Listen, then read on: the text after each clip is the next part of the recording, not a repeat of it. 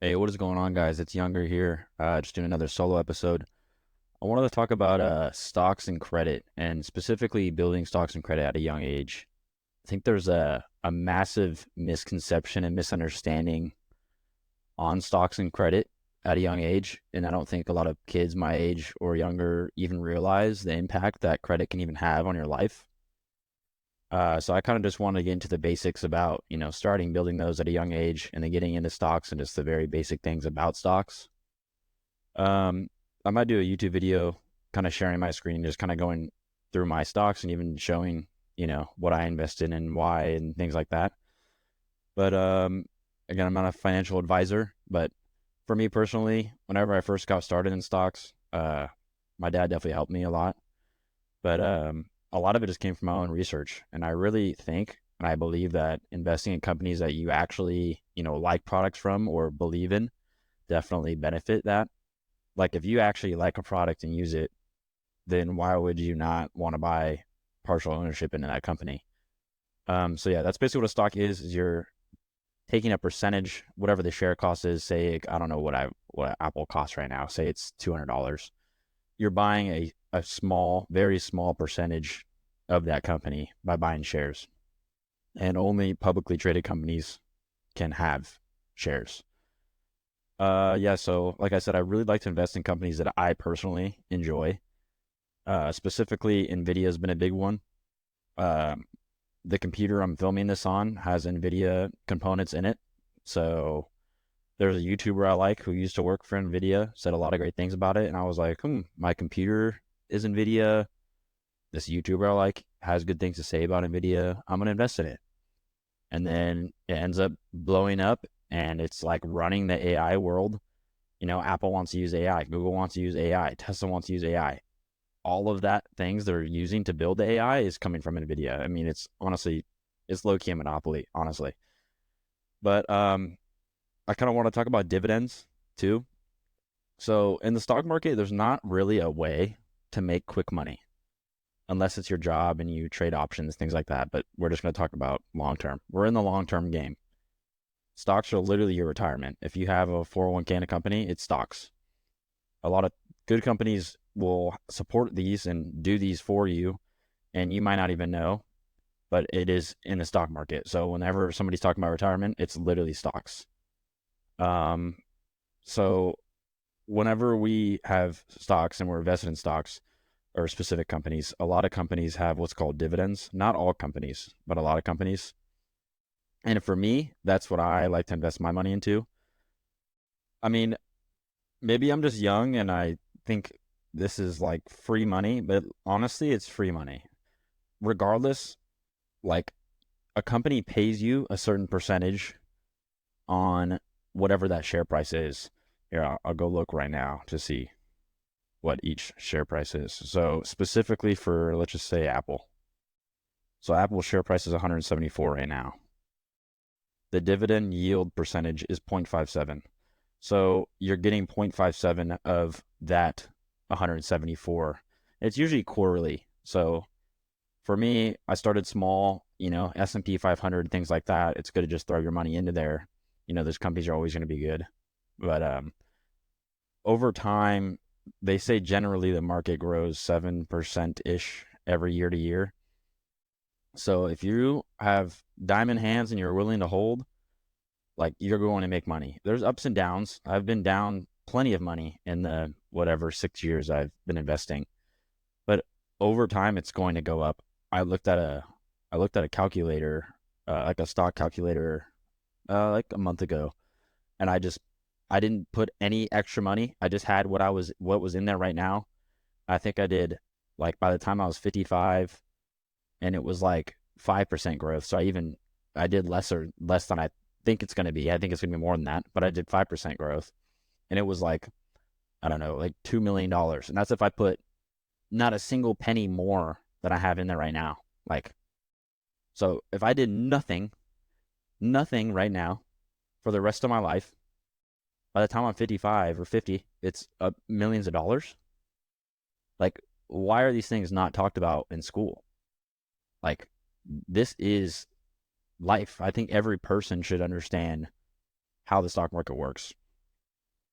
Um, Another thing I want to talk about is building credit. Um, it's good to do this at a young age. And if you're, 14, 15, I have, some friends with younger brothers, things like that, younger sisters. I would ask your parents to start a credit card with their name or with your name on it and just slowly build it up. For me, whenever I have kids, I'm going to start, by the time they're born, I'm going to put a credit card with their name on it. I don't even know if that's allowed, but if whatever age it's allowed, I'm going to do it because this is what my parents did for me. It just sets you up for success. Like, credit runs the world. If you want to get good loans to buy that new car you want because you got a promotion, you need good credit to get a good interest rate. Like, that's how it is. Cool. You saved up some money. You got enough for a down payment on the house. You want a good interest rate. You need good credit. We talked about it a little bit before. Like, my parents didn't, no one taught them about credit, or I guess specifically my dad. No one really explained how credit worked. It was like, if you can get I remember he always tells this story. He wanted a new racing Yamaha quad. And it was like, I don't know how much it costed. But my mom was like, okay, if you get approved, you can get it. And he was like, okay, you got approved. It was I don't remember what it was, like 24% interest. So you're paying 24% interest. It's like you're not even paying towards the quad. It's just interest. You're just paying interest. You're literally wasting money. So being able to either hold off on that purchase to build your credit longer to get a better interest rate, you have to. Like, it's not worth it to spend the money if you don't have good credit. I have another buddy who his parents didn't set him up with a credit card. He did it all on his own. I think this was probably 3 years ago. He started building credit. I don't know exactly what credit he's at now. It's over 700, and that's all him. That's all him. All he does is go to the gas station, buy some energy drinks, pay it off. Maybe he goes to dinner, pays for dinner with it, pays it off. You want to spend 10% or less on that limit. So say your limit's $1,000, you want to spend $100 or less.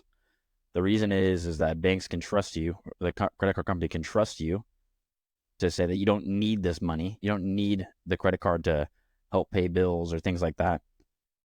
People get scared of credit cards because they think it's like this never-ending thing, and all these people have credit card bills they need to pay and interest rates that are outrageous, which is true if you do it wrong. There are a lot of people with credit card debt because they don't understand how credit works, and they end up spending, the new Xbox comes out, and they're like, oh, I'll just buy it on a credit card because I need it right now. And they max out the credit card, and your interest is whatever, 14% on it, and you're just paying off interest for months and months. You're paying the minimum instead of just paying it off. So not only you're hurting your credit, so whenever you figure out how credit works and you want to buy the house, now you have to wait longer because your interest rates are going to be terrible because your credit score is bad. So you want to spend 10% or less. That's all I've done. I mean, my credit's gone up tremendously since I've had it myself. I literally, all I do is I buy one thing at the gas station, whatever, once a month, pay it off. That's all I do. That's it. Now it's a little bit different since I have my house and my car. Those things help too. Obviously paying bills on time help with your credit. That's really what you want to do is 10% or less, and then pay the bill on time. You have to pay it on time, and you have to do 10% or less. If you're maxing out your card and paying it late, you're honestly, you're screwing yourself. You're not setting yourself up for success. You're just setting yourself up for failure. Let's see. Yeah, I mean, there's just really a big misconception on these things. I think I have friends that are, you know, or at least they were scared to, get a credit card because they think it's this crazy thing. Or I have another buddy who said, I need a stable income before I can have a credit card. I 100% disagree with this. I get where he's coming from. That way you feel good that you can always pay off the credit card. But as long as you have spending habits to not be able to use that credit card and max it out, then you're fine. That's really what it comes down to, is being able to not max out your credit card, honestly. Like, I don't even see it as like my money. Or or actually, it's the other way around. I see it as my money. Right when I use that credit card, I pay it off immediately. I have it set up so it just auto pays for whatever the balance is, because I don't even want to risk paying late to hurt my credit. It's not even worth it to me. So yeah, credit cards, massive. If you're young, have your parents set you up with one.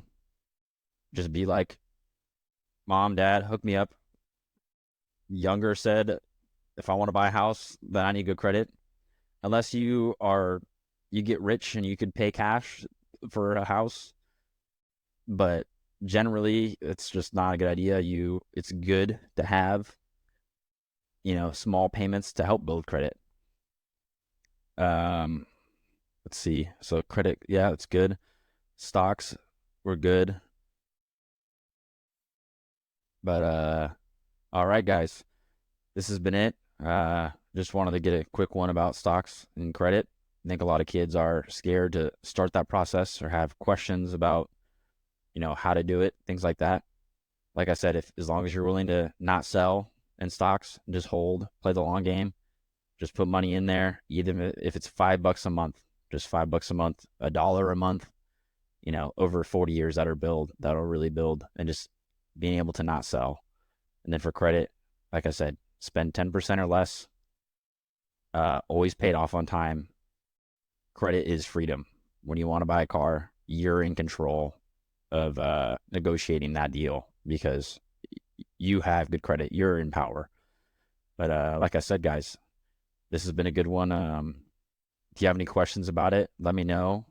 I love talking to people about this, especially younger people that have questions about it. But all right, guys, peace.